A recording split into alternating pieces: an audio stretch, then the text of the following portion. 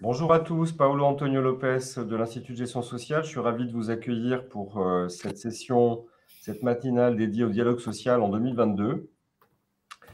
Nous allons parler des enjeux et des défis que recouvre cette discipline, cette approche constante au sein des entreprises et qui ne manquera pas de sujets. Je vais vous proposer de patienter encore 2 petites minutes pour attendre les derniers participants, en tout cas ceux qui ne sont pas encore connectés, pour lancer le webinar. Donc, il est 11h33, on démarrera à 11h35.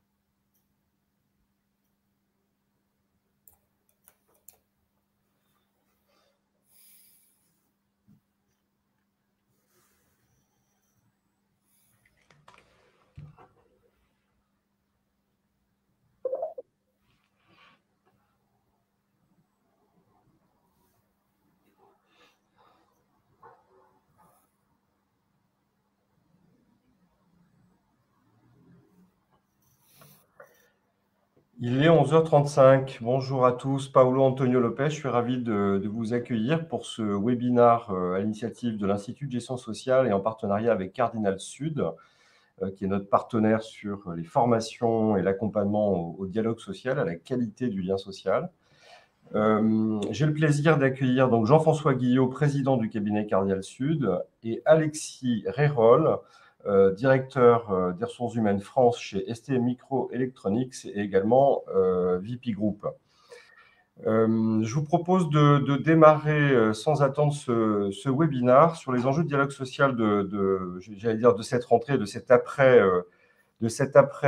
juste après élection, et d'une période marquée par de nombreux événements de crise en crise, la pandémie, la guerre en Ukraine et probablement un contexte de conflit majeur sur ces prochains mois et années. Un contexte précédent de transition très forte à tous les niveaux, transition technologique, transition écologique, transition, évolution sociétale, attente des citoyens, des collaborateurs, des consommateurs très différentes. Donc une période vraiment en très fort mouvement qui a mis sur le devant de la table de nombreux sujets qui sont discutés en entreprise, la sécurité, la santé, le pouvoir d'achat, l'accompagnement des évolutions et des transitions qui génèrent des transformations métiers et compétences qui sont assez anxiogènes et sollicitantes pour les entreprises, et puis des situations très particulières de guerre des talents, comme on ne l'avait jamais vu, avec des pénuries de compétences et un marché de l'emploi qui est extrêmement bigarré, avec des métiers, des compétences extrêmement en pointe et d'autres qui sont en forte évolution, voire en reconversion, voire en disparition. Donc, de nombreux sujets sur la table à discuter, mais également des organisations syndicales et des élus qui eux aussi évoluent et ont d'autres attentes, que ce soit en termes de perspectives de carrière, en termes de méthodes de négociation et de relations avec les directions des entreprises. Nous allons aborder tous ces sujets sous la houlette de Jean-François Guillot. Jean-François, je te passe la parole pour aborder ce sujet, cette actualité, et échanger avec notre invité Alexis Rérol, DRH France du groupe ST Microelectronics. Merci Paolo.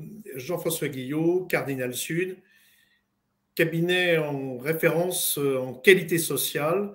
La qualité sociale, c'est quoi? C'est inventer votre dialogue social ou réinventer-le en fonction de votre business, ce qui suppose de normer votre relation avec les syndicalistes, les élus et les CSE, et je dirais même les CSSCT, ce qui suppose également de donner un rôle social au manager, premier représentant de son équipe et de l'entreprise, premier acteur du climat social et premier acteur du changement, et ce qui suppose enfin que le personnel trouve son intérêt, comprenne donc les enjeux et ce que le dialogue social peut lui rapporter. Voilà notre métier. Et pour démarrer dans l'actualité la plus chaude, moi je propose de démarrer à partir des enseignements des NAO qu'on a vus parfois très difficiles.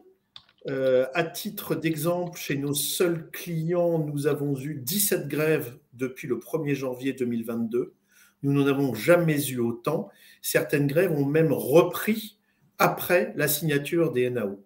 Alors, quels enseignements on peut en tirer de ces NAO? Parce qu'elles nous éclairent sur le dialogue social aujourd'hui. À la sortie de la lessiveuse, le premier critère, c'est qu'effectivement, on est sorti de la lessiveuse. Ça veut dire quoi? Ça veut dire le Covid, la crise sanitaire, ça veut dire la productivité, la production qu'il a fallu maintenir, puis la productivité qu'il a fallu relancer, l'angoisse plus ou moins forte de certains, surtout lors du premier confinement de 2 mois, ceux qui étaient en première ligne, évidemment, et puis la difficulté pour les syndicalistes, pour les personnes en tant que telles, de démontrer, de prouver leur utilité, parce que les circonstances et la santé notamment ont fait que les syndicats et les syndicalistes ont nettement suivi les directions dans les accords permettant de prolonger le travail et d'assurer la production attendue. Donc cette deuxième difficulté pour les syndicalistes en tant que tels, c'est quel pouvoir, quelle utilité démontrer. Et on a vu pas mal de syndicalistes notamment qui étaient en fin de carrière professionnelle et syndicale et qui ont choisi de partir, ce qui a créé l'arrivée de nouveaux syndicalistes avec nouvelles méthodes d'action, nouvelles envies. Sortie de la lessiveuse, la difficulté des syndicats à exister, à démontrer leur pouvoir et leur utilité aux yeux du personnel, j'entends bien, pendant ces 2 années. Le retour d'une inflation, on sait qu'en France, l'inflation va de pair forcément avec une crise sociale, une tension sociale forte, tout du moins. Et puis, bien évidemment, les résultats exceptionnels aussi, pas seulement le CAC 40, de beaucoup d'entreprises, qui ont fait qu'en réalité, on a assisté à une surenchère assez caractéristique, ce qui fait que, je le disais tout à l'heure, des accords de NAO ont été signés et néanmoins des conflits ou des pressions sociales ont eu lieu derrière en expliquant on veut aussi notre part du gâteau. Et je terminerai cette rapide introduction avant de passer la parole à Alexis par finalement quelles sont les causes racines pour moi, pour notre cabinet, de cette surenchère.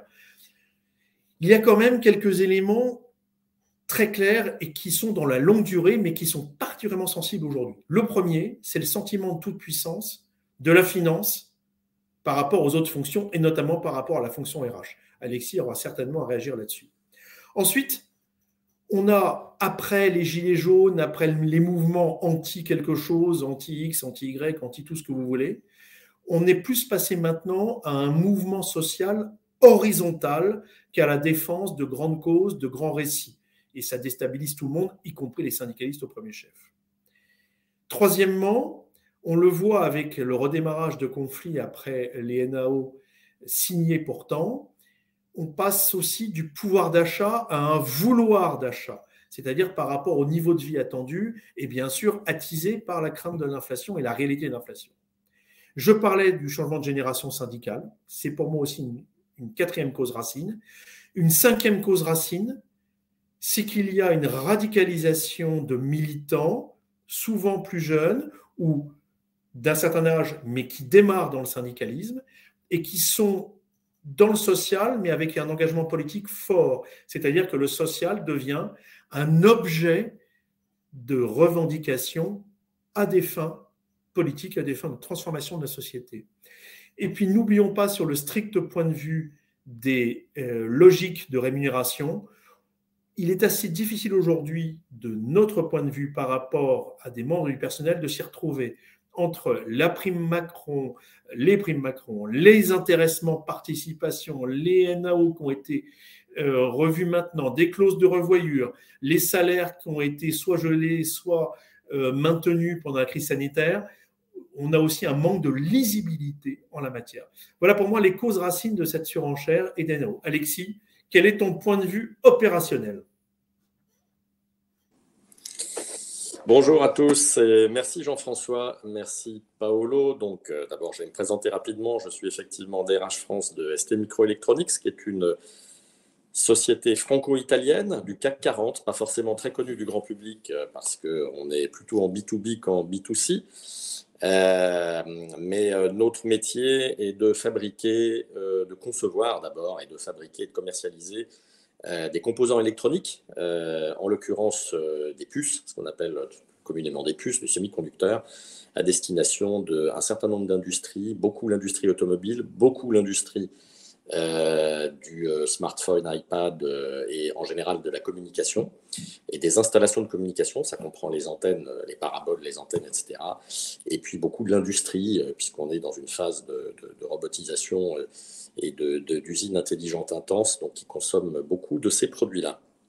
Voilà, avec nos produits qui sont destinés à la fois à la digitalisation et à tout ce qui touche à l'intelligence artificielle au sens large, mais aussi à l'électrification, puisqu'on fait beaucoup de produits qui sont destinés à gérer la puissance, ce qu'on appelle des produits discrets, que ce soit dans les batteries des véhicules, dans les batteries des smartphones ou dans tout un tas de produits. Et donc, on contribue notre activité. On a d'ailleurs des objectifs assez précis que je ne détaillerai pas de roadmap, mais de fabriquer des produits qui aident à régler les problèmes de développement durable de la société et donc de consommation d'énergie au total. Voilà. Donc, un groupe de 46 000 personnes, 11 500 en France environ, CDI. Et une industrie qui n'a pas connu la crise. Alors, dans le sens, la crise Covid. Donc, je vais revenir sur quelques points évoqués par Jean-François, parce que la spécificité dans le monde, en tout cas de la métallurgie, puisque la ST Microelectronics appartient donc à la branche métallurgique, et contrairement à beaucoup de nos confrères qui ont dû arrêter pour des raisons X ou Y, sanitaires, d'organisation, leur activité en mars et en avril 2020, nous avons poursuivi notre activité et nous avons eu une activité qui a été en forte augmentation sur l'année 2020 puis 2021. Parce qu'en termes de business, la crise Covid, en fait, et ça permet de recoller avec ce que disait Paolo en tout début de présentation, c'est qu'en fait, ça a accéléré la transition numérique et écologique. Et en fait, on a les business models d'un certain nombre de nos clients ont accéléré vers la digitalisation et l'électrification. Là, je pense à la voiture après la phase aiguë de la crise Covid, quand l'activité est repartie fort. On s'est rendu compte qu'il y avait un certain nombre de business models qui avaient évolué. Donc, on a eu une activité forte. On a réussi à maintenir notre activité, ce qui n'a pas été absolument évident.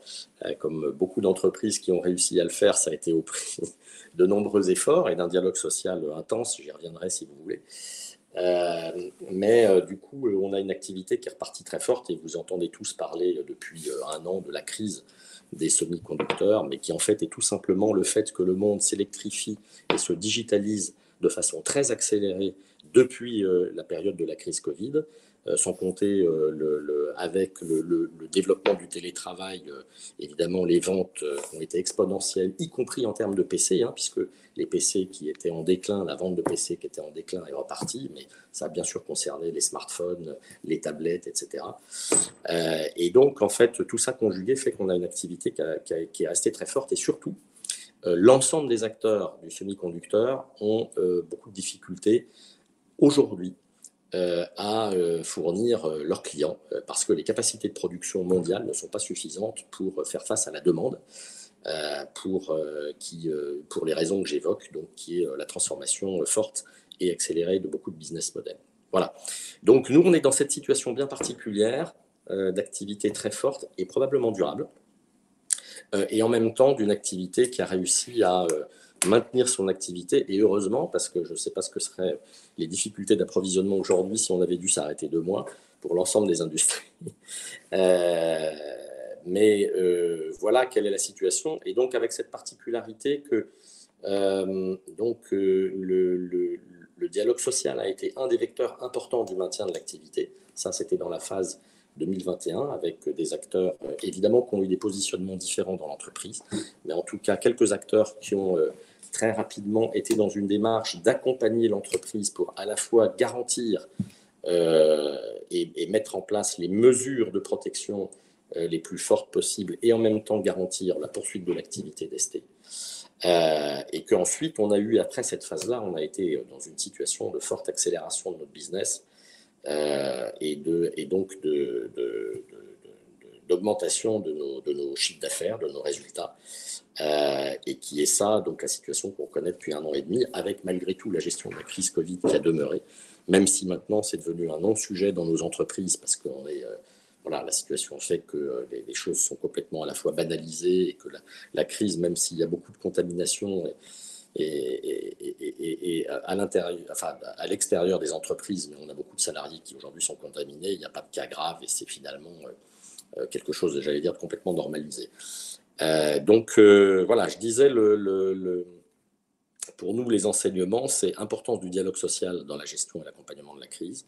Deuxièmement, transformation numérique accélérée de l'entreprise, puisque tout le monde s'est mis à utiliser des outils numériques, et notamment, alors je ne vais pas faire de pub pour quelques providers que ce soit, mais enfin on est un certain nombre à avoir utilisé des grands acteurs américains du monde de l'informatique, et donc on a accéléré cette acquisition, cette acculturation aux technologies numériques, et puis ça a transformé nos façons de travailler. Parce qu'on a travaillé en remote, pas que en télétravail. Évidemment, ça suscite aujourd'hui des attentes fortes en termes de développement du télétravail, sur lesquels on est en train, nous, de partager avec les organisations syndicales. Mais finalement, ça a aussi transformé un peu la façon de voir le travail, flexible au sens large, c'est-à-dire qu'on peut travailler chez soi, on peut travailler au bureau, et puis on peut travailler d'autres endroits. Les outils de connexion actuels font que pour un certain nombre de métiers, pas pour tous, mais pour beaucoup de métiers, hors production, hors manufacturing, ça devient possible. Avec finalement des façons de travailler qui sont un peu différentes.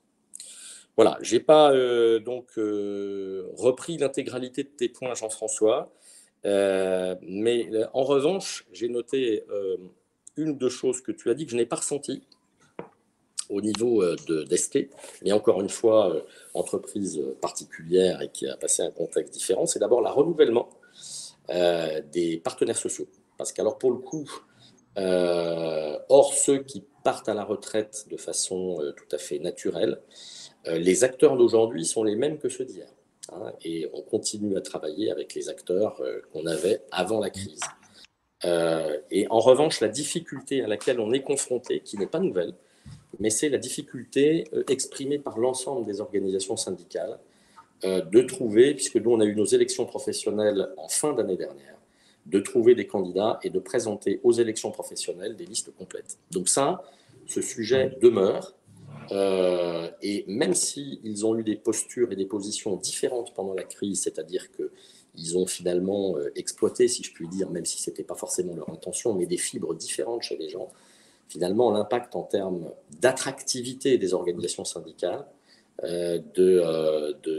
d'engagement que pourtant on promeut. On a un accord sur le dialogue social, on leur donne la garantie régulière que évidemment les salariés qui s'engagent dans le dialogue social et dans des mandats sont, j'allais dire, suivis et ne bénéficient d'aucune discrimination dans la gestion de leur carrière. On s'aperçoit que ça reste une difficulté pour nos partenaires de trouver des personnes qui veulent s'engager et s'engager durablement. Donc heureusement, dans ce contexte-là, il n'y a pas eu trop de départs, c'est-à-dire que, encore une fois, les représentants du personnel que nous avions en début de crise sont globalement restés, hein, peut-être eu un ou deux départs à la retraite, on est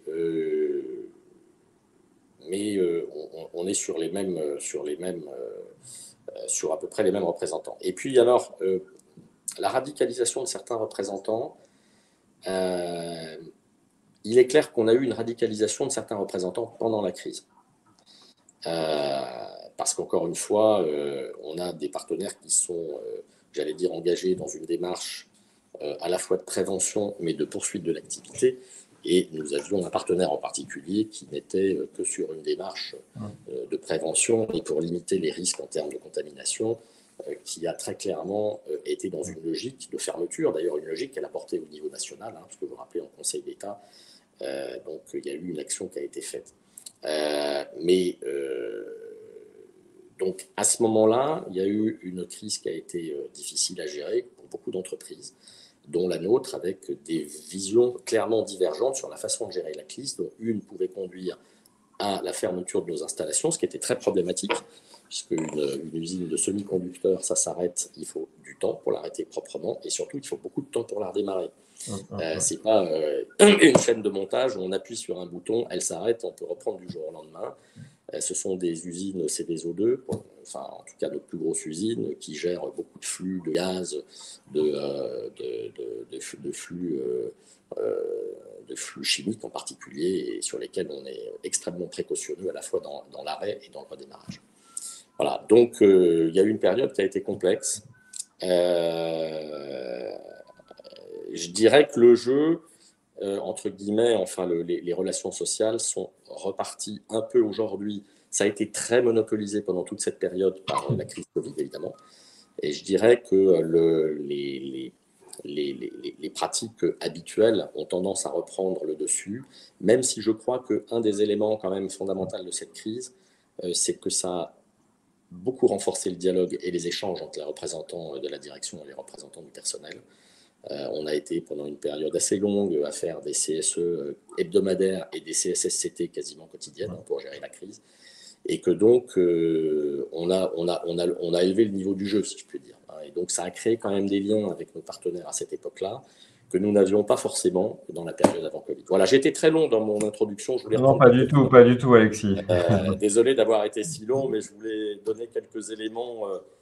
Merci beaucoup. En détail si vous le souhaitez, mais un peu quelques éléments globaux. On va y revenir parce que j'ai invité nos participants à poser des questions via le chat et via un sondage, et ça bouge beaucoup. Si tu permets, Jean-François, moi j'avais une question pour toi, c'est sur l'explication de ce phénomène de grève dont on parle peu dans la presse. Alors on sait qu'on a d'autres sujets, mais quelle est ton explication sur le fait que tu perçois une démultiplication de phénomènes de grève pour différentes raisons et que finalement on n'entend pas beaucoup parler, en tout cas que c'est géré différemment? Ton micro est coupé. Évidemment, le grand classique. Il est clair qu'entre la campagne présidentielle, l'Ukraine, le Covid, j'en passe et des meilleurs, les grèves n'intéressent en ce moment pas beaucoup les médias classiques. En revanche, elles passionnent les médias nouveaux. Et c'est là où, Paolo, je peux répondre en partie à ta question. Dans ces grèves, il y a cinq différences par rapport à ce qui se passait avant. La première, c'est que la médiatisation désormais, c'est plus le localier de France 3 qui vient. Bon, s'il vient, c'est très bien, mais c'est les réseaux sociaux. Si je prends des grèves dans le retail ou la grande distribution auxquelles j'ai eu affaire, c'est pas grave. On a, admettons, 100 magasins en France. Il n'y en a que 3 où il y a une grève. C'est pas grave. On prend 50 personnes au total qui sont en grève. On vient devant le magasin. On filme sur YouTube et autres, Facebook et compagnie, Instagram en direct. Donc, la quantité de grévistes n'a plus aucune importance. Le pape, combien de divisions, ou les grévistes, combien de divisions, ça n'a plus d'intérêt du point de vue des médias nouveaux. Ce qui compte, c'est l'instantanéité et la visibilité du mouvement social. Ça, c'est une première différence. L'image est plus puissante désormais que ce qu'elle est censée représenter. Deuxièmement, on a une radicalisation au-delà du folklore, c'est-à-dire que je constate des grèves beaucoup plus intelligentes. Le côté pastis, caricatural, les palettes qui brûlent, etc., ça existe dans quelques endroits très traditionnels, mais c'est plus comme ça que ça se passe. Aujourd'hui, on a des grèves beaucoup plus intelligentes. J'ai analysé ton poste de travail, Paolo. Je remarque qu'il suffit que tu fasses grève 30 minutes par jour pour que le cycle de production prenne une journée de retard. Alors, avant que l'agent de maîtrise, le chef de service et RH traitent les 30 minutes de grève par jour et la retenue éventuelle sur salaire, on est tranquille, la grève peut durer fort longtemps. Donc, on est dans une radicalisation sérieuse, je dirais professionnalisée au-delà du folklore habituel. Troisièmement, on est sous une idée d'extension aussi, pour paraphraser Houellebecq, une extension du domaine de la lutte au cadre. Par exemple, il est frappant de constater aujourd'hui à quel point la CGT s'occupe énormément du bien-être des cadres au travail et des conditions de qualité de vie au travail. C'est tout à fait révélateur. Souvenons-nous qu'il n'y a pas si longtemps, les cadres n'avaient pas le droit de devenir membre de la CGT. C'est pour ça qu'avait été créée l'Union générale des ingénieurs, cadres et techniciens, d'ailleurs de la CGT. Et on est donc dans ces grèves que j'appelle asymétriques, comme les conflits asymétriques, c'est-à-dire qu'on est maintenant une espèce de dissuasion ou de recherche de pouvoir. On établit un rapport de force, et ça c'est très traditionnel. On établit un rapport de force très traditionnel, mais avec des moyens techniques extrêmement nouveaux, avec le pouvoir de l'image. Et dès lors, on est dans une visibilité médiatique plus forte qui fait pression par l'extérieur sur l'entreprise. Ça, ce sont des éléments très différents d'auparavant. Et puis, j'insiste bien sur quelque chose aussi, parce que l'ami Eric dans le chat a posé la question.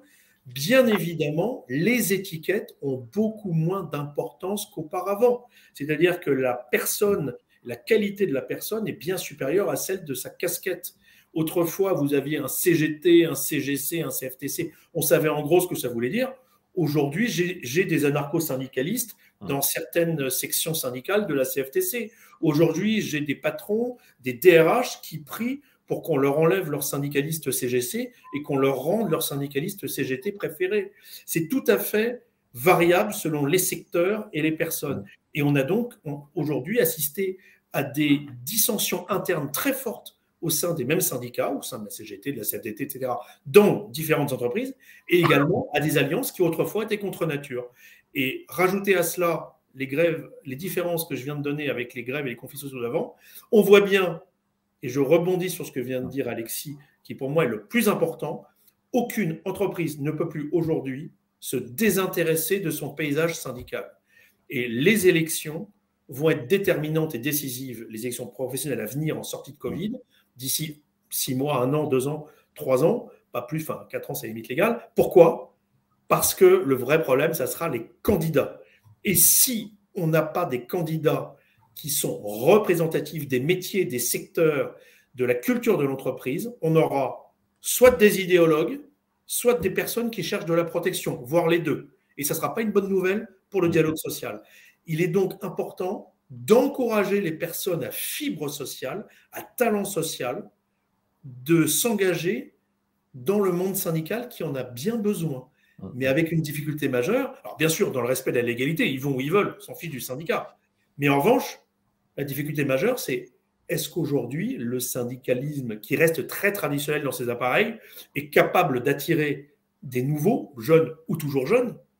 Je n'en suis pas certain. Et c'est là où l'entreprise doit travailler en interne quant à la qualité du dialogue social qui passe par la reconnaissance du mandat syndical et de la carrière syndicale, entre autres. Merci beaucoup Jean-François. Peut-être un complément et une question de relance. Le complément, c'est qu'au niveau de l'IGS, sur les 2 dernières années, on a eu à minima 2 sollicitations d'organisations syndicales, évidemment, que je ne vais pas citer, mais qui réfléchissent, qui travaillent sur des parcours de carrière et qui ont la question de l'attractivité, comme une entreprise, hein, c'est attirer des talents, tracer des parcours de carrière. Je ne vais peut-être pas faire ça, je ne vais peut-être pas m'engager pendant 20 ans comme élu. Donc, si je m'engage pour combien de temps et puis quelles sont les perspectives si je deviens cadre d'une organisation syndicale. Et puis, comment on m'accompagne et comment on me forme aussi. Et notamment sur si j'ai un rôle d'animation, de responsabilité, comment je me développe pour pouvoir avoir des capacités, des compétences que je pourrais transférer, je dirais, dans une vie autre que celle de l'organisation syndicale, c'est-à-dire un retour à la vraie vie dans l'entreprise. Comment je ne me déprofessionnalise pas ou comment, si on dit en positif, comment je développe mon employabilité et je la mets au profit d'un rebond de carrière. Donc, ça commence à émerger. Et ils en sont au tout début, finalement, d'une réflexion qui est très présente dans les entreprises, en tout cas pour certaines organisations syndicales, ce qui m'amène à vous relancer sur la question générationnelle, le sens à ce qu'on fait dans le monde civil et dans le monde de l'entreprise, le sens de l'engagement, le sens des revendications. Tu parlais, Jean-François, de sujets qui étaient complètement transverses et sociétaux. Alexis, vous le faisiez remarquer également tout à l'heure, dans le cadre des évolutions de vos relations sociales. Comment vous percevez cette évolution de génération, de société, en termes de dialogue social, de volonté d'échange? Je ne sais pas qui veut commencer. Alexis, peut-être? Le désengagement, malheureusement, effectivement, on constate un désengagement syndical et je rejoins parfaitement ce que dit Jean-François Guillot. On a besoin des organisations syndicales en réalité parce que le pire pour une entreprise, c'est d'être face à des collectifs. On a eu cette expérience l'année dernière sur un de nos sites où on a un mouvement qui a un peu émergé, qui n'était pas structuré et pas encadré par les organisations syndicales sur des questions de salaire. C'était juste sur un site. Et c'est quand même beaucoup plus difficile à appréhender. En particulier parce que ce sont des gens qui ne sont pas formés au dialogue social, qui ne sont pas formés à la négociation, alors que quand on a des représentants du personnel des syndicats classiques, quel que soit leur bord et quelles que soient les difficultés que certains d'eux peuvent représenter, on a quand même à ce moment-là des salariés qui ont une formation, qui ont une habitude de négociation, de dialogue, etc. Et en tout cas, on est sur des bases qu'on connaît mieux et qu'on maîtrise mieux. Donc, je pense que ce besoin comment dirais-je, reconnaître le travail des représentants du personnel pour inciter les salariés à prendre des responsabilités syndicales et donc à être des partenaires de l'entreprise dans le dialogue, que ce soit pour nous challenger, nous dire qu'ils ne sont pas d'accord, ou que ce soit pour nous accompagner sur un certain nombre d'actions, il est vraiment très important. Après, bon, là, Jean-François sera beaucoup mieux placé que moi pour en parler, parce que c'est un spécialiste et c'est un observateur attentif, comme on dit, de la vie sociale et syndicale depuis des années. Mais pour moi, ce n'est pas un phénomène nouveau, malheureusement, en fait, ce désengagement et cette désaffection des jeunes vis-à-vis des organisations syndicales. Je pense que, d'abord, moi, je fais l'analyse et je le vois dans les jeunes autour de moi, ils sont beaucoup plus dépolitisés. Et les syndicats ont eu parfois des postures politiques ou idéologiques, pour reprendre un terme qu'a utilisé tout à l'heure Jean-François. Donc je pense que déjà, il y a une partie des jeunes et des salariés qui arrivent dans les entreprises qui ne sont pas dans cette logique-là, parce qu'ils sont plus dépolitisés. Et puis parce qu'ils ne voient pas forcément immédiatement l'intérêt de l'engagement syndical, ils ont tendance à prioriser et à privilégier leur carrière. Et percevoir ça comme une contrainte du temps supplémentaire, de l'engagement. Et c'est vrai. C'est vrai que prendre un mandat en plus de son travail, c'est un vrai engagement. Ça nécessite du temps, c'est au service de la collectivité. Mais voilà, il faut avoir un peu la vocation pour ça et c'est pas simple à trouver. Donc la réflexion que nous, on doit avoir, c'est comment favoriser en fait cet engagement. On met en place des cadres, des accords, des démarches, de la communication, etc. Mais les choses ne sont pas si simples. On met aussi beaucoup on forme nos managers. On est en train de le faire et Jean-François voit très bien de quoi je parle avec nos managers.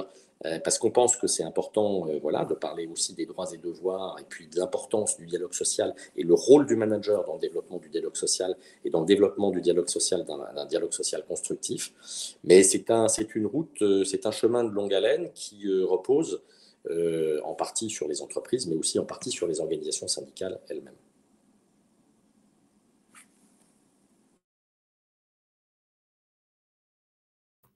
Oui, c'est tout à fait exact. Le désengagement des nouvelles générations en matière de syndicalisme ou autre, ça correspond à la fin des grands récits que Jean-François Lyotard, le philosophe, avait mis en exergue. Et ça date d'une trentaine d'années facilement, en gros, de la chute du mur de Berlin et de la fin du duopole. Ça, c'est une constante. En revanche, ce qui est intéressant, c'est que le militantisme n'a pas baissé. C'est ça qu'il faut bien avoir en tête. C'est-à-dire que le militantisme a pris de nouvelles formes. 2-3 remarques à cet effet. Tout d'abord, vous avez des nouveaux syndicats qui se sont créés. Le syndicat du commerce indépendant et démocratique, le CID, l'USGJ, l'Union syndicale des Gilets jaunes. Tout ça, ça ne facilite pas vraiment le dialogue social traditionnel. Donc le militantisme existe toujours. On le voit bien, la France est le pays qui a le nombre d'associations par habitant le plus élevé au monde. Plus d'1 million. Donc c'est colossal. Et ce qui fait qu'on est toujours prêt à s'engager, mais on ne s'engage plus toute une vie pour une seule cause. C'est ça la fin du grand récit. Ce qui veut dire que je suis prêt à m'engager pour une cause sur une durée limitée si je pense qu'elle correspond à mes valeurs, à ce que j'attends, etc., etc. Et effectivement, je vois que dans le chat est mentionnée la loi climat et résilience et les nouvelles obligations en matière de consultation des CSE. C'est très juste. On peut avoir des vocations créées par cette nécessité et cette opportunité de travailler sur le sujet. En revanche, ce qu'il faut bien comprendre, c'est que c'est tellement flou, la loi climat et résilience, et c'est tellement flou On verra si les décrets d'application à venir poursuivent, etc. Mais en fait, l'entreprise va faire ce qu'elle veut. Et tout dépend de ce que l'entreprise veut en la matière. Et j'inclurais volontiers DRH et syndicalistes dans le même lot. C'est-à-dire que très franchement, DRH, syndicalistes et autres, mais j'attends l'avis d'Alexis, ne sont pas forcément des experts en environnement. Et pour beaucoup de DRH et de syndicalistes que je connais bien, et notamment pour être très clair, les syndicalistes me disent, on a encore un truc qui nous tombe dessus. Déjà avec les ordonnances, on a perdu en moyenne 40% de nos moyens et on nous remet une attribution, c'est quand même pas rien l'environnement, on n'y connaît rien, qu'est-ce qu'on va faire? Et ils disent, si il s'agit de multiplier les expertises dans tous les coins à coût de 80 000 € l'expertise pour obtenir des avis de consultants que l'on va ensuite suivre, etc., c'est pas non plus ça la vie et la vivacité du dialogue social. Donc, c'est très bien de coller des tas de compétences au CSE, CSSCT et autres, mais au bout d'un moment, ceci va aussi soit créer des professionnels du syndicalisme, on va recréer des permanents qui seront spécialistes de l'environnement, spécialistes de la rémunération, des compenben, etc., mais qui seront déconnectés de la réalité syndicale, enfin de la réalité syndicale de terrain, du poste de travail, et ça n'est pas bon. Soit alors, on va remplir des critères d'affichage, des critères cosmétiques, et on ne traitera pas les sujets au fond. Mais on aura bien un bâtonnage pour dire qu'on a fait le CSE sur l'environnement, la CSST, ceci, etc. Donc, je trouve ça insatisfaisant. Le télescopage des nouvelles compétences et des ordonnances crée des difficultés majeures de prise en compte et évidemment de vocation, parce qu'aujourd'hui, s'engager pour être syndicaliste, si on veut être sérieux, ça veut dire quasiment à plein temps. J'ai en mémoire une syndicaliste CFDT qui est très, très compétente en matière de RSE, qui est enchantée par cela, qui fait un très bon travail là-dessus, mais elle est arrivée à un point où entre son travail et son travail RSE, en tant qu'élue, syndicaliste, déléguée syndicale, elle ne s'en sort plus. Et je vous garantis qu'elle travaille beaucoup. Donc, elle a un très bon profil. Donc, on a cette difficulté de moins en moins de syndicalistes, de plus en plus de compétences. Ben avec tout ça, comment on fait? Une des clés, c'est bien sûr au niveau de l'entreprise, et voire de la branche, mais au niveau de l'entreprise, travailler sur le dialogue social, les modalités du dialogue social, mais non pas en tant que droits et moyens. C'est quelque chose de beaucoup plus complet, c'est-à-dire qu'est-ce qu'on veut faire du dialogue social. Et les moyens, etc., ne seront que des conséquences de votre vision du dialogue social. Puis il y a un deuxième point, c'est la nécessité par rapport à ces thèmes de diffuser l'intérêt du dialogue social. Je pense qu'une des voies de solution, c'est d'être capable de travailler, que les syndicalistes, et que donc l'entreprise doit organiser ça, que les syndicalistes puissent travailler avec des groupes de soutien qui leur permettent d'obtenir des avis de compétences qu'ils ne détiennent pas par définition. Ils ne peuvent pas être compétents en tout. C'est bien naturel. Ça peut fonctionner, mais ça s'organise. Et donc, ça va retomber sur qui? L'autre acteur, je parlais tout à l'heure des élections, l'autre point clé en ce moment, c'est le manager de proximité, le chef de service, l'agent de maîtrise, appelez-le comme vous voulez, celui qui va se retrouver avec « j'ai une production à réaliser, j'ai des heures de présence en moins, j'ai des compétences en moins avec le travail syndical, comment on fait ?» Et si on continue à manager ça au tableur Excel, ça ne fonctionnera pas. Merci Jean-François. J'ai plusieurs questions qui nous parviennent. On va peut-être prendre un petit temps pour y répondre, et notamment concernant ST Microelectronics. Il y en a une sur vos initiatives, Alexis, pour engager l'engagement syndical. Est-ce que vous avez mis en place des choses pour le favoriser? Puis il y a une deuxième question qu'on peut peut-être prendre au vol, c'est sur la loi climat et résilience. Est-ce qu'on n'a pas là une opportunité aussi de créer de l'engagement? On a bien compris, Jean-François, qu'il y a un sujet technique et de temps d'appréhension de ce sujet-là. Mais est-ce que ce n'est pas aussi un très bon sujet pour engager des réflexions et engager aussi nos partenaires sociaux dans ces sujets-là, et notamment les nouvelles générations? Je ne sais pas qui veut commencer à répondre, peut-être. Vous voulez que je démarre? Oui, sur vos initiatives. Et puis, il y avait aussi une question, alors vous répondez comme vous souhaitez, mais sur vos NAO, tout le monde a envie de savoir comment ça s'est terminé. Ah, d'accord. Bien, non, Comment? Bien. Forcément très bien. Non, d'abord sur le sujet de l'écologie, je voudrais juste donner mon point de vue, et je le vois quand même un peu émerger, les organisations syndicales, j'allais dire par la force des choses, parce que c'est un sujet sociétal et elles ne peuvent pas rester à l'écart des sujets sociétaux, même si on sent bien qu'aujourd'hui, chez un certain nombre d'acteurs, le sujet de la rémunération reste le sujet un peu majeur, plus chez certaines organisations que d'autres, mais elles ne peuvent pas rester à l'écart des sujets sociétaux, que sont à la fois tout ce qui concerne la diversité, diversité des genres, diversité ethnique, diversité de religion, culturelle, etc. Et à la fois, évidemment, un sujet qui est majeur pour les jeunes, et on le voit au travers de leur vote. Hein. Je voyais un commentaire là, qui parlait du vote des jeunes. Et moi, voilà, pour avoir des enfants et voir les gens qui ont été dans leur promotion d'école, etc. Le sujet, et tout simplement des jeunes, hein, dans mon entourage, le sujet de l'environnement est quand même un sujet qui est très très prégnant et qui est une préoccupation légitime d'ailleurs très forte chez les jeunes. Donc de toute façon, pour attirer des nouveaux talents, les organisations syndicales ne pourront pas échapper à ce sujet-là. Elles ne peuvent juste pas le faire. Donc la question n'est pas de devenir des experts et des techniciens, comme disait Jean-François, ce n'est pas le sujet. Quand on a remis entre les mains du CSE, et des CE et des CHSCT la fonction de suivre, d'être consulté sur les questions d'organisation du travail, des sécurités, je pense que les représentants du personnel à cette époque-là n'étaient pas plus des experts. Ils le sont devenus, quelque part, ceux qui se sont investis dans le sujet, et ils le deviendront. Moi, je pense que les organisations syndicales, un jour, seront ou auront des compétences internes qui seront capables de discuter et de challenger la direction, même si c'est vrai qu'aujourd'hui, ce n'est pas leur sujet vraiment. Mais elles y viennent. Elles y viennent. Je ne sais pas si la loi telle qu'elle a été conçue aujourd'hui le favorisera, puisque en fait, elle remet des obligations de consultation qui sont assez larges sur tous les sujets. On verra ce que ça donne.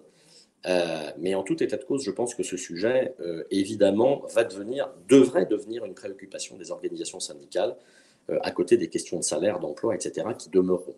Ça, c'est le premier sujet. Alors, sur les sujets plus spécifiques AST, je vais vous faire des réponses courtes.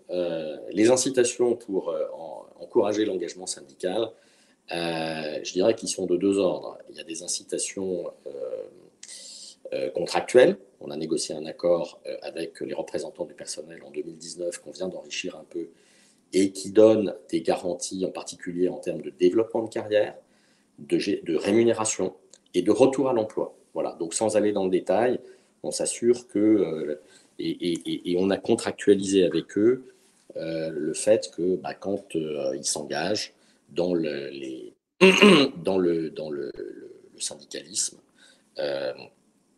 et qui prennent un mandat de représentant du personnel, ça n'impacte pas leur gestion de carrière, qu'il y ait des garanties d'évolution de rémunération qui ont été fixées avec un système de double cliquet. Je ne vais pas rentrer dans le détail, on leur garantit pour partie la moyenne de la rémunération et pour une autre partie, ils sont jugés sur la tenue de leur poste, hein, puisqu'il y a très peu de salariés qui sont permanents et donc ils ont tous une activité professionnelle sur lesquelles on doit aussi évaluer les collaborateurs. Et puis ensuite, pour le retour à l'emploi, pour ceux qui ont été plus de X% de leur temps de travail, je crois que dans notre accord, c'est 40% de leur temps de travail sur un mandat de représentant du personnel. Il y a un entretien qui est très structuré avec une fiche à remplir par les deux parties et une vraie discussion à avoir sur comment reprendre le travail dans des bonnes conditions. Voilà. Donc ça, c'est la partie et c'est le cœur parce qu'il y a aussi des questions, il y a aussi des moyens, on donne des moyens supplémentaires aux organisations syndicales. Ça, c'est pour leur permettre de mieux exister, d'avoir plus de temps. On voit bien que ces missions, il y a un certain nombre de matières sur lesquelles on les attend, de réunions qui sont organisées ou de par la loi ou à notre initiative qui demandent du temps. Et on a convenu aussi que pour un certain nombre de représentants du personnel, ils ont besoin de plus de moyens et plus de temps que ce qui est prévu dans la loi. Donc ça, c'est la partie, j'allais dire, contractuelle et qui découle du dialogue social et qui est aussi importante et qu'on communique notamment auprès de nos managers qui savent très bien comment maintenant gérer les représentants du personnel et qui savent aussi très bien que si on veut susciter des vocations, il faut aussi qu'on ait de la considération pour ce rôle-là et pour ces mandats. Voilà, donc ça, je pense que c'est bien. Maintenant, c'est relativement ancré dans notre organisation. Le deuxième moyen, c'est l'importance que nous-mêmes, en tant qu'RH, nous donnons au dialogue social dans l'entreprise. Et qu'il y ait une visibilité de la part des collaborateurs qu'il y a des sujets sur lesquels la compagnie travaille, contractualise, avance, un certain nombre de progrès qui sont faits dans la société et qui se font grâce au canal du dialogue social. Et ça, normalement, on a beaucoup ces dernières années renforcé le dialogue social et la politique de contractualisation. Et j'espère que ça a pour conséquence de permettre au corps social dans son ensemble de voir que c'est en fait les représentants du personnel, c'est un rouage essentiel et central de la vie de l'entreprise, qu'évidemment sont les entreprises qui prennent les décisions, les plus importantes, qui définissent la stratégie, etc., mais qu'il y a un certain nombre de thématiques qui passent au travers soit de la consultation des représentants du personnel, soit du dialogue social et de la contractualisation. Et puis alors, les sujets sur les NAO, je ne vais pas échapper aux questions que vous me posez. Alors, je crois qu'on a fait les choses de façon un peu décalée par rapport à la grande majorité des entreprises.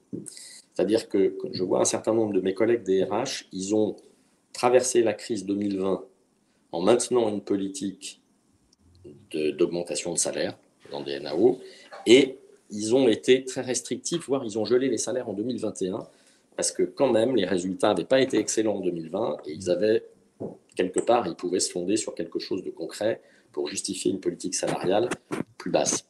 Alors, nous, on a fait un peu l'inverse. On a eu une politique salariale qui n'a pas été gelée, mais qui a été très ciblée, avec des augmentations, mais réservées aux promotions, puisqu'on a toujours un canal de promotion à tous les DRH qui sont autour de de cette table, mais enfin autour de cette visio, le savent. Et donc, on a dépensé entre 0,4 et 0,5% de notre masse salariale, mais donc dans une politique salariale qui était plutôt restrictive. Et en revanche, on a donné un certain nombre de contreparties. On a négocié plus tôt, on a avancé nos négociations sur les salaires en 2021. Et il se trouve qu'en fin d'année, en plus des NAO qui ont donc eu lieu entre février et mars avec une application en avril 2021, la compagnie dans son ensemble, en France et à l'international, on a fait un geste exceptionnel de reconnaissance pour l'ensemble des salariés, pour leur mobilisation pendant la crise Covid, et pour la capacité, la résilience qu'a eu la société, la capacité qu'elle a eu à traverser la crise, mais aussi à répondre aux demandes très très fortes de nos clients. On a fait un geste supplémentaire en fin d'année, en novembre, de 3% pour tous.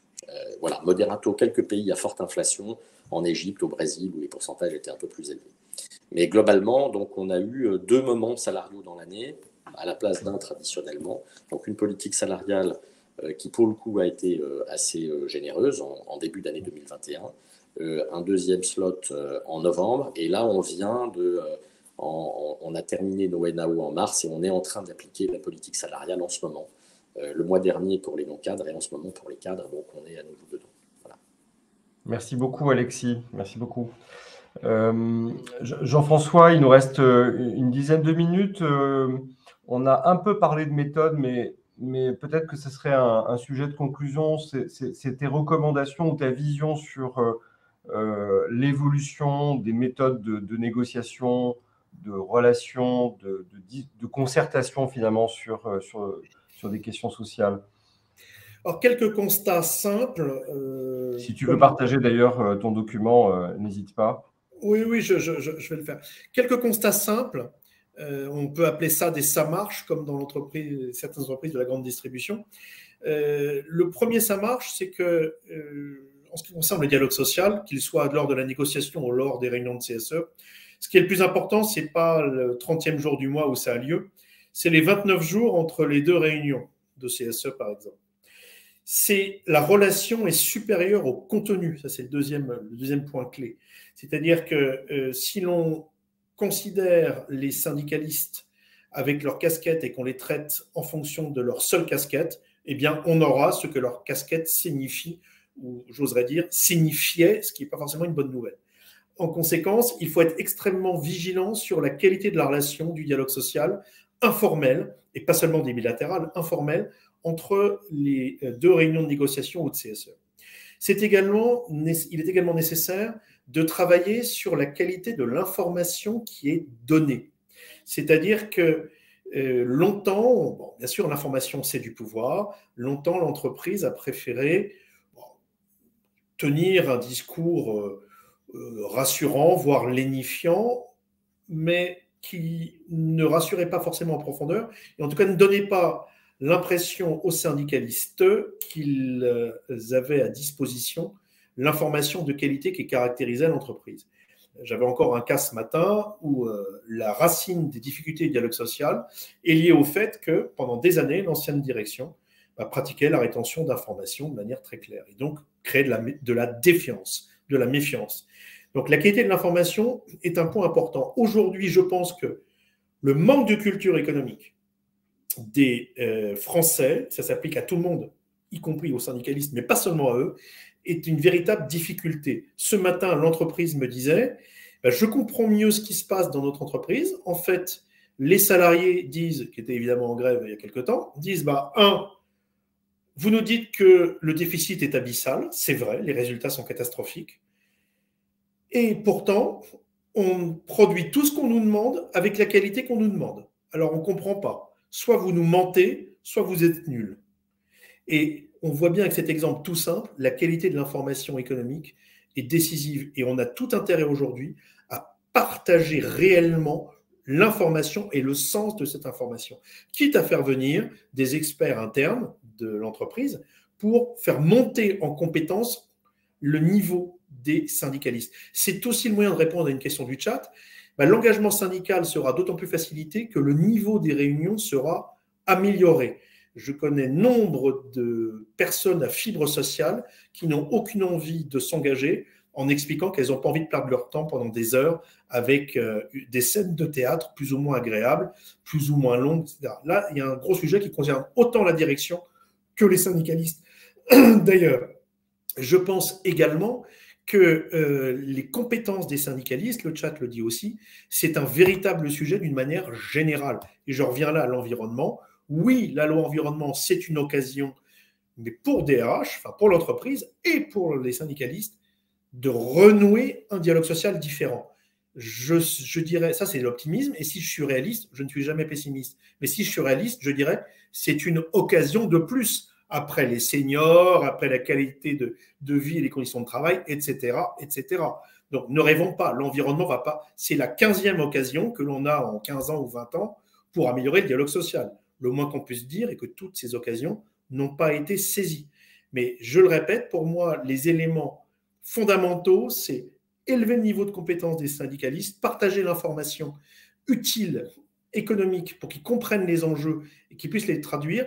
Et ça suppose aussi une montée en compétences symétrique des managers, et surtout des managers de proximité, quant à la compréhension des enjeux du dialogue social, et donc notamment travailler ce qu'on appelle le canal représentatif, la qualité de leurs relations sur le terrain, avec les élus locaux, les représentants de proximité, enfin peu importe le statut, de telle manière que le climat social soit équilibré partout. Et tout ça, ça porte un nom. Comment fait-on du social, au sens large, du dialogue social, si vous préférez, un levier de performance de l'entreprise? Et ça, c'est un véritable sujet pour tout le monde.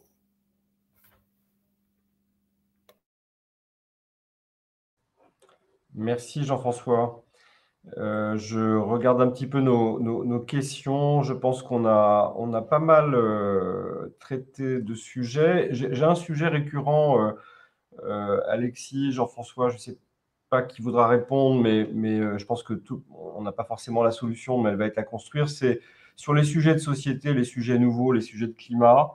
Revient cette question autour de l'expertise et de l'éclairage des partenaires sociaux. Qu'est-ce que vous recommandez aujourd'hui pour les accompagner, pour les guider? J'ai le souvenir de séminaires en commun entre direction d'entreprise, management et partenaires sociaux pour les mettre dans le même bain sur des sujets nouveaux. Il y a quelques années, quand j'avais le loisir d'accompagner des directions d'entreprise sur des sujets de négociation. Est-ce que ce ne serait pas une méthode pour les faire grandir ensemble sur des sujets nouveaux où, par définition, il faut apprendre ensemble puisque les sujets, on ne les maîtrise pas encore. Donc, sur tous ces sujets nouveaux qui touchent à la société, à l'environnement, qui sont parfois éminemment techniques, ou même des sujets qui sont liés au comp and ben, qui ne sont pas faciles d'accès. On réalise régulièrement ce type d'action. Mmh. Il faut être bien conscient du fait que c'est très exigeant côté direction et côté syndicaliste. Ça nécessite des conditions d'entrée en vigueur de la démarche qui sont précises et exigeantes pour tout le monde. Donc, il ne faut surtout pas s'y lancer s'il n'y a pas accord des deux côtés. Les règles du jeu doivent être très précises. Ensuite, n'oublions pas, je ne voudrais pas qu'on pense que le dialogue social, c'est la boîte noire des syndicats et de la direction. C'est-à-dire qu'on oublie toujours la perception du dialogue social par la base. Or, une question du chat nous fait très clairement ressortir cela, c'est-à-dire que le partage de la rente devient un sujet. J'ai plusieurs entreprises où, alors que la NAO était signée, eh bien, on a eu un départ de grève derrière sur le thème partage de la rente. Vous avez vendu tant de produits, tant de chiffre d'affaires, etc. Nous voulons maintenant un nouveau partage. Et on retrouve les nouveaux syndicalistes, etc., etc. Donc, moi, je pense que si on considère la démarche co-constructive direction syndicat comme une partie du dialogue social, c'est bien. Si on considère que ça épuise le dialogue social, on se plante. Et je considère qu'il est absolument nécessaire d'associer plus étroitement les managers et le personnel à la compréhension des enjeux du dialogue social. Pour moi, une transformation majeure, c'est sortir de la boîte noire qui réunissait jusqu'alors les délégués syndicaux et les DRS, DRH qui négociaient et l'accord s'appliquait. Si on reste là, on loupe le plus important, l'application concrète de l'accord, l'adaptation au business, etc., etc. Donc pour moi, attention à ceci. Mais le partage de la rente reste une difficulté qui va être de plus en plus vive. Et sans vouloir trop m'engager, les 2 ou 3 ans à venir ne vont pas nous laisser que des bonnes surprises en matière de climat social et tension sociale. Alexis, vous voulez dire un mot sur ce point ? Oui, d'abord, je suis assez d'accord avec Jean-François. On voit bien d'ailleurs dans le débat des élections présidentielles que même si les sujets d'environnement sont très prégnants dans la société, le sujet numéro 1, ça reste le pouvoir d'achat. Donc on va rester probablement, en tout cas dans une période de forte inflation, le sujet de la revendication salariale restera probablement le sujet numéro 1 dans les mois qui viennent. Après, sur comment les rendre experts, je ne suis pas sûr qu'il faille rendre experts nos représentants du personnel sur ces sujets. En tout cas, d'accord. Ouais. C'est la question de la mise à niveau. Oui. Et parce que d'abord, ce sont des sujets à forte expertise et sur lesquels on a des gens qui sont dédiés à 100%, qui mettent eux-mêmes un certain temps avant d'écrire leur expertise. Et l'idée, c'est pas d'aller dans le détail du pourquoi et du comment on a tel ou tel bilan dans la société. Mais par contre, c'est d'avoir effectivement un niveau de connaissance et de culture suffisant pour qu'on puisse, pour appréhender correctement. C'est exactement la même chose en matière économique. Alors, ça a été fait. Moi, je vais vous dire, je pense qu'il faut y aller de façon pragmatique. Avant de mettre des experts, puisque au niveau économique, ils ont été beaucoup aidés par les obligations de consultation et les experts mis à leur disposition. Nous, ce qu'on a commencé à faire, c'est qu'on a commencé à partager notre roadmap avec eux, notamment dans le CSE central. Et on se laisse évidemment la possibilité de le faire dans les CE et les CSE de site. Mais on partage notre vision, nos objectifs, notre roadmap. Donc là, déjà, c'est un premier point. C'est-à-dire qu'il soit au niveau de connaissances et c'est partagé ensuite sur notre site. On communique. Donc, on a une communication qui est très claire et très large. Et après, site par site, voire au niveau de la compagnie ou au niveau au moins du territoire français, il peut y avoir des discussions, des questions qui sont posées sur certains points très spécifiques. Mais je pense que ce qui fait progresser le niveau, c'est la transparence, la communication, le partage des objectifs. Et il se trouve que la neutralité carbone, c'est un des objectifs prioritaires et stratégiques du groupe à échéance de 2027. Donc évidemment, on communique beaucoup en interne et on communique envers nos partenaires sociaux sur les moyens et les objectifs qu'on a mis en place pour y arriver. J'ajouterais qu'il y a les partenaires sociaux. Nous, on en a fait des indicateurs de bonus annuel et de LTI. Pour toute une strate des cadres et du management, les objectifs RSE au sens large et de développement durable en particulier font partie des objectifs collectifs qu'on souhaite atteindre et donc qui font partie du pilotage de ces rémunérations et dont les objectifs atteints ou pas atteints peuvent déterminer une partie de ces bonus. Merci beaucoup, Alexis. Je vous propose de conclure à présent. Il est un petit peu plus de 12h30. Je vois qu'il n'y a pas d'autres nouvelles questions et je pense on a plutôt bien répondu. Je voulais conclure peut-être sur une page de pub pour l'IGS. Donc, on a fait évoluer nos programmes depuis 2 ans en matière de dialogue social en élargissant bien évidemment à la question de la RSE et du dialogue avec les parties prenantes. Alors, on n'a pas beaucoup parlé ce matin, mais c'est aussi un sujet très important. Et puis aussi à la question de la gestion des risques, hein, qui s'introduit, qui s'est invitée avec ces crises dans notre quotidien. Mais on sait que la gestion du risque va être aussi un sujet très important malheureusement à perpétuer dans le dialogue social et dans l'anticipation de nos actions. Je voulais remercier tout spécialement Jean-François Guillot et Alexis Réroll de s'être prêtés à l'exercice. Merci beaucoup. Il y a eu beaucoup de questions, ça a été très intense. Je vérifierai si on a des questions qui sont restées en suspens et je m'engage à y répondre. Merci de votre présence, merci de votre participation. Merci à tous les participants d'avoir participé à ce webinaire. À très bientôt, je vous souhaite une très bonne journée. Au revoir. Merci à tous. Au revoir. Au revoir, bonne journée. Merci, au revoir.